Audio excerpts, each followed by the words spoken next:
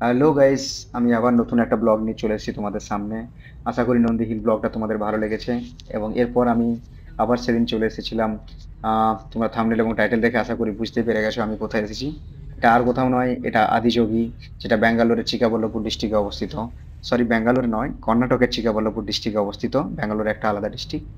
তো এটা ব্যাঙ্গালোর থেকে প্রায় 50 থেকে 60 কিলোমিটার দূরে অবস্থিত। এবং এটা ব্যাঙ্গালোরের যে কি বলবো মানে জ্যাম ট্রাফিক থেকে অনেকটাই ঠিক দূরে, একটা প্রাকৃতিক চারপাশে সৌন্দর্যের মাঝখানে আদিযোগী অবস্থিত। তা এটা 2023 সালের ফেব্রুয়ারি মাসে ঈশা ফাউন্ডেশনের প্রতিষ্ঠাতা সদ্গুরু দ্বারা নির্মিত হয়েছে। এটা 112 ফুট উঁচু। বাট এটার সেম আরেকটা যেটা আছে সেটা হচ্ছে তামিলনাড়ুতে, যেটা 121 ফুট উঁচু। সেটা এর থেকেও বড়, সেটাও সদ্গুরু দ্বারা নির্মিত এবং ঈশা ফাউন্ডেশনের প্রতিষ্ঠাতা। তো এটা ব্যাঙ্গালোর থেকে প্রায় 70 কিলোমিটার দূরে এবং এই জায়গাটা খুবই সুন্দর। চারিদিকে তোমরা দেখতেই পাচ্ছ আশা করি ভিডিওতে যে চারিদিকে পাহাড় আছে। দু সাইডে পাহাড় এবং মাঝখানে রাস্তা কেটে নতুন রাস্তা বানানো হয়েছে। এই রাস্তা আগে ছিল না, এখন নতুন করে রাস্তা হয়েছে। তো কোনো অসুবিধা নেই, ব্যাঙ্গালোর থেকে যারা আসছো তারা এখন ভালো রাস্তা পেয়ে যাবে। এবং এই রাস্তাটার চারিপাশে অনেক কাজ চলছে কন্টিনিউ আমরা দেখতে পাচ্ছি, এবং এটা আশা করি আরো ভবিষ্যতে একটা আরো ভালো গুরুত্বপূর্ণ দর্শনীয় স্থান হয়ে উঠবে। তো এটা অলরেডি একটা এখন গুরুত্বপূর্ণ দর্শনীয় স্থান, যেখানে হাজার লোক সমাগম হচ্ছে ডেলি। তোমরা গেলেই দেখতে পাবে। আমি দেখাবো আশা করি কত লোক এখন আসছে। তো এটা সব থেকে বিশেষ মুহূর্ত হলো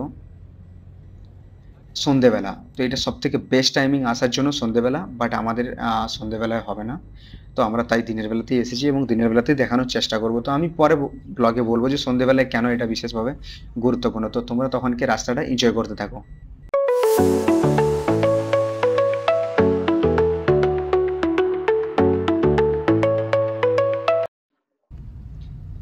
ঠিক আমরা এন্ট্রি করে ফেললাম। হ্যাঁ, এটাই এন্ট্রি, মেন এন্ট্রি। হ্যাঁ, এখানে সব থেকে বেস্ট বেনিফিট হলো এখানে ফাস্ট্যাগ কাজ করে।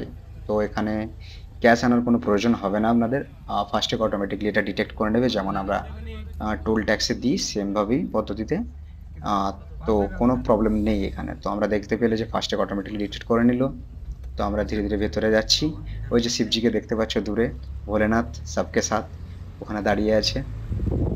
তো আমরা ধীরে ধীরে এগিয়ে গেছিলাম এবং পার্কিং এর কোনো অসুবিধা নেই, এখানে পার্কিং এর বহুত জায়গা আছে এখানে। জায়গাটা বহুতই খালি। এই যে ধীরে ধীরে আমরা দেখতে পাচ্ছি হেঁটে এগিয়ে যাচ্ছি। তো এখানে সব থেকে ভালো একটা যে সিস্টেম দেখলাম সেটা হচ্ছে জুতো রাখার সিস্টেম। তোমরা ক্যামেরাতে আশা করি দেখতে পাবে যে জুতো রাখার সিস্টেমটা কেন ভালো বললাম। তো একটু পরে ব্লগে আমি দেখতে পাবে, আমি ডেসক্রিপশন ভাবে ভালোভাবে বোঝাবো যে কিভাবে জুতোটা রাখে এবং কিভাবে জুতোটা সিস্টেমেটিকলি যায়। ওই যে দূরে দেখতে পাচ্ছ সারা ডান দিকে যে বস্তাগুলো, ওখানে জুতো রাখা হচ্ছে। এখানে একটা কাউন্টার আছে যেখান থেকে তোমাদেরকে বস্তা দিয়ে দেবে এবং টোটালি এটা বিনামূল্যে। এটা ভালোভাবে এখানে পোস্টারে লেখা আছে যে এটা একটা ফ্রি সার্ভিস। ওই যে দেখতে পাচ্ছ আমাদের বন্ধুরা অলরেডি বস্তা নিচ্ছে এবং এখানে জুতো আমরা রেখে দেবো। এই যে ফ্রি সার্ভিস এখানে লেখা আছে দেখতে পাবে। তো এই বস্তাতে নাম্বারটা ঠিক মনে করে রাখবে এবং একটা কাগজ দেবে তারা। সেই কাগজটা নিয়ে রাখবে ঠিকভাবে, কারণ এই কাগজটা হারিয়ে ফেললে তোমরা জুতোটা পেতে মুশকিল হবে তোমাদের ওখানে গিয়ে। তো দেখতেই পাচ্ছ সব এখানে জুতো রেখে দিলাম আমরা। এবং এখানে যে পোস্টারটায় লেখা আছে ফ্রি সার্ভিস, সেটা একবার পড়ে নিতে পারো। এর জন্য কোনো টাকা লাগে না। তবে এটা সব থেকে বেস্ট খাসিয়ত যেটা জিনিস দেখলাম, আমরা যে বস্তাতে রেখে দিলাম ডান দিকে, ঠিক এইখানে ডান দিকে রেখে দিলাম এবং একটা গাড়ি এলো, যে গাড়িটাতে করে জুতোগুলো নিয়ে অন্য দিকে নিয়ে চলে গেল। মানে আমরা এন্ট্রি পয়েন্টে জুতো রাখলাম, বাট এখান থেকে পাবো না, পাবো জুতোটা এক্সিট পয়েন্টে। তো সেটা গাড়িতে করে নিয়ে যাচ্ছে।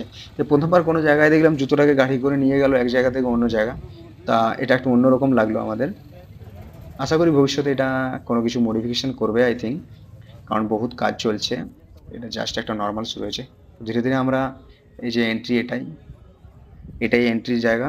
আর সেটা যারা পাহাড় দিয়ে আসছো তাদের এর জন্য এটাই মেন এন্ট্রি।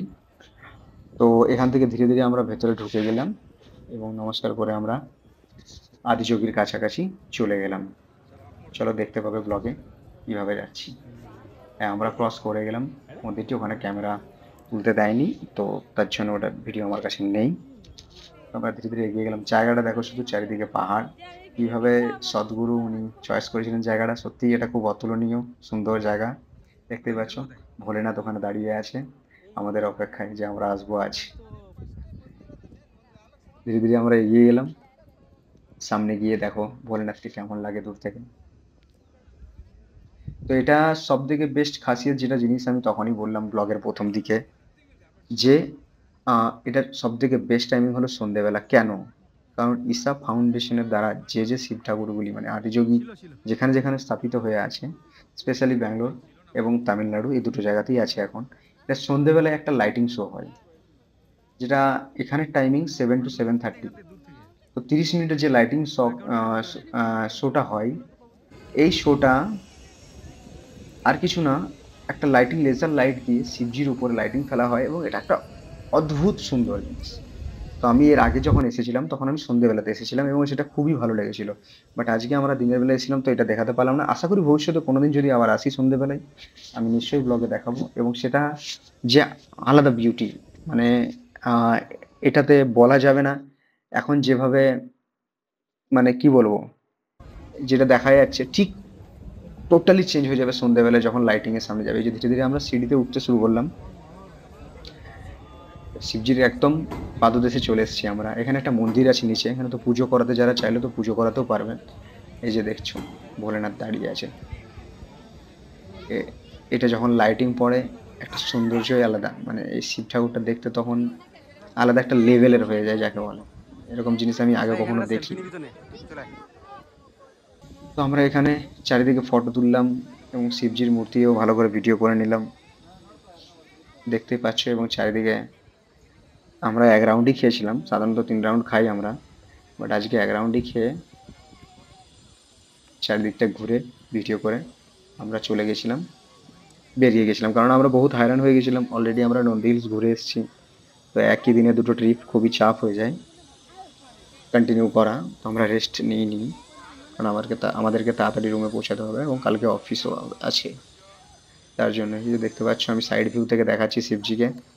কতটা মেহনত করলে এরকম 112 ফুটের শিবজির মূর্তি বানানো যায় সেটা তোমরা আন্দাজি করতে পারছো। চলো, তো আমাদের অলমোস্ট কমপ্লিট হয়ে গেছে দেখা এবং আমরা চলে এসেছি জুতো নিতে এখানে। তো এখানে বাঁ দিকে দেখতে পাচ্ছ এই যে কতটা গোশালার মতো জায়গা। তো এখানে তোমরা চাইলে ঘিও কিনতে পাওয়া যাবে। আমি এখানে এখানে পোস্টার লেখা দেখলাম যে ঘি বিক্রি হয় এবং এটা অথেন্টিক ঘি হবে, পিওর বানানো হয় এখানেই। সো এখানে কোনো ভেজাল ঘি পাওয়া যাবে না আশা করি। তো এখানে তোমরা গিয়ে দেখতে পারো। আমাদের কোনো রিকোয়ারমেন্ট ছিল না, তাই আমরা আর ভেতরে গেলাম না। তো আমরা এখান থেকে জুতোগুলো পেলাম এবং জুতোগুলো নিয়ে পরে এখান থেকে বেরিয়ে গেলাম। তো তোমরা দেখতেই পেলে এন্ট্রি কোথায় আর কোথায় এক্সিট হলো। তো আমরা ধীরে ধীরে এগিয়ে চলে গেছিলাম। কিছুটা কতগুলো শপ এখানে আছে, আদিযোগীর মূর্তি এবং বিভিন্ন ধরনের ব্রেসলেট যেরকম দর্শনীয় স্থানে বিক্রি হয় সেরকম এখানেও বিক্রি হচ্ছে। তো তোমরা গিয়ে অবশ্যই চেক করবে, যে লাস্ট বারের মতো একবার ভিউটা দেখে নিও, আর এরপরে ভিউ দেখতে পাবে না। চলো আগে দেখতে থাকো। হ্যাঁ, আমি চলে এসেছি এখানে মূর্তিগুলো কিনতে। তো আমরা 11খানা মূর্তি কিনেছিলাম এখানে। এই যে সবাই দেখছে ব্রেসলেট বাগেরা সব অনেক কিছু জিনিস আছে এবং অনেক দোকান আছে, তোমরা গিয়ে দেখতে পারো। চলো টাটা বাই বাই, আবার নতুন একটা ব্লগে দেখা হবে। তো যদি সত্যিই ভালো লাগে ব্লগটা অবশ্যই লাইক সাবস্ক্রাইব এবং কমেন্ট করে দেবে। আবার একটা নতুন কোনো ব্লগ নিয়ে, আবার একটা নতুন কোনো কন্টেন্ট নিয়ে অবশ্যই আসবো এবং ব্যাঙ্গালোরকে এক্সপ্লোর করব। Tata bye bye.